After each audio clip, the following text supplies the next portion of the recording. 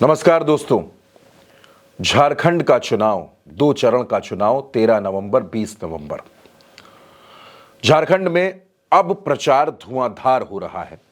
हेमंत सोरेन एक मोर्चे पर कमान संभाले हैं, एक मोर्चे पर राहुल गांधी हैं और एक मोर्चे पर अकेली कल्पना सोरेन ने छठ पूजा भी की, चुनावी रैलियां भी की, यानी सियासत और संस्कार और संस्कृति सबको साधा। लेकिन अब कल्पना सोरेन पूरी तरह से आक्रामक अंदाज में है। आज मैं आपको कल्पना सोरेन के कई बयान सुनवाऊंगा कि किस अंदाज में वो भारतीय जनता पार्टी पर हमले बोल रही हैं और अपने पति हेमंत सोरेन के लिए वो चट्टान बन गई हैं, ढाल बन गई हैं। दोस्तों, कल्पना सोरेन की ये तस्वीर देखिए। इस तस्वीर में वो एक महिला से मुलाकात कर रही हैं। चुनावी रैली में कल्पना सोरेन मंच से उतरी और वो सीधे इस महिला के पास पहुंच गई। इस महिला से कल्पना सोरेन ने तमाम योजनाओं पर बात की जो सरकार चला रही है और पूछा कि क्या परेशानी है, योजनाओं का लाभ मिल पा रहा है या नहीं मिल पा रहा है। रैली में मंच से उतरकर कल्पना सोरेन जैसे ही इस महिला के पास पहुंची तो हर कोई कल्पना सोरेन को देखने लगा। आमतौर पर सियासी लोग उड़न खटोलों से उतरते हैं, रैलियां करते हैं और वापस चले जाते हैं, लेकिन कल्पना सोरेन रैली करने के बाद सभा स्थल पर मौजूद हर किसी से मुलाकात करने की कोशिश करती हैं। वो कोशिश करती हैं कि वो संवाद कर सकें, बात कर सकें और ये समझ सकें कि आखिर जनता क्या चाहती है। अब एक और तस्वीर आपको दिखाता हूं दोस्तों। जेएमएम का चुनाव चिन्ह याद रखिएगा। कल्पना सोरेन के हाथों में धनुष बाण है और धनुष बाण लेकर कल्पना सोरेन ये शंखनाद कर रही हैं कि वो झारखंड की धरती से भारतीय जनता पार्टी को उखाड़ फेंकेंगी। किस अंदाज में वो अपना हमला बोलती हैं, किस अंदाज में आक्रामक तरीके से अपनी बात रखती हैं, उनके भाषण भी सुनिए।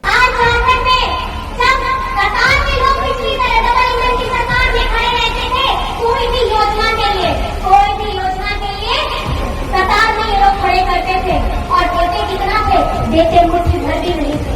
आज हमारी सरकार ने अपनी योजना, आपकी सरकार, आपके द्वार जाने का जैसा कार्यक्रम रखे, आपके पास पहुंच करके सारी योजनाओं को देने का काम किया है। दोस्तों, कल्पना सोरेन ने दरअसल झारखंड के चुनाव का रंग बदल दिया। 2024 की शुरुआत तक लोगों को ऐसा लगता था कि झारखंड में बीजेपी की आंधी चलेगी, हेमंत सोरेन शिकंजे में रहेंगे और बीजेपी बड़ी आसानी से झारखंड में कब्जा कर लेगी। लेकिन कल्पना सोरेन ने जब मंच पर अपनी ताकत दिखाई, जब अपना भाषण दिया, तो भारतीय जनता पार्टी को भी समझ आ गया कि झारखंड की लड़ाई उतनी आसान नहीं है जितनी आसान इसको बीजेपी समझ रही थी। अब कल्पना सोरेन की रैलियों की आप भीड़ देखिए। तमाम वीडियो, तमाम तस्वीरें इस बात की गवाही देते हैं कि कल्पना सोरेन की चुनावी रैलियों में पांव रखने तक की जगह नहीं होती। भीड़ इतनी ज्यादा होती है और वो कल्पना की बात से अपनी बात मिलाती है, कल्पना के सुर में अपने सुर मिला देती है।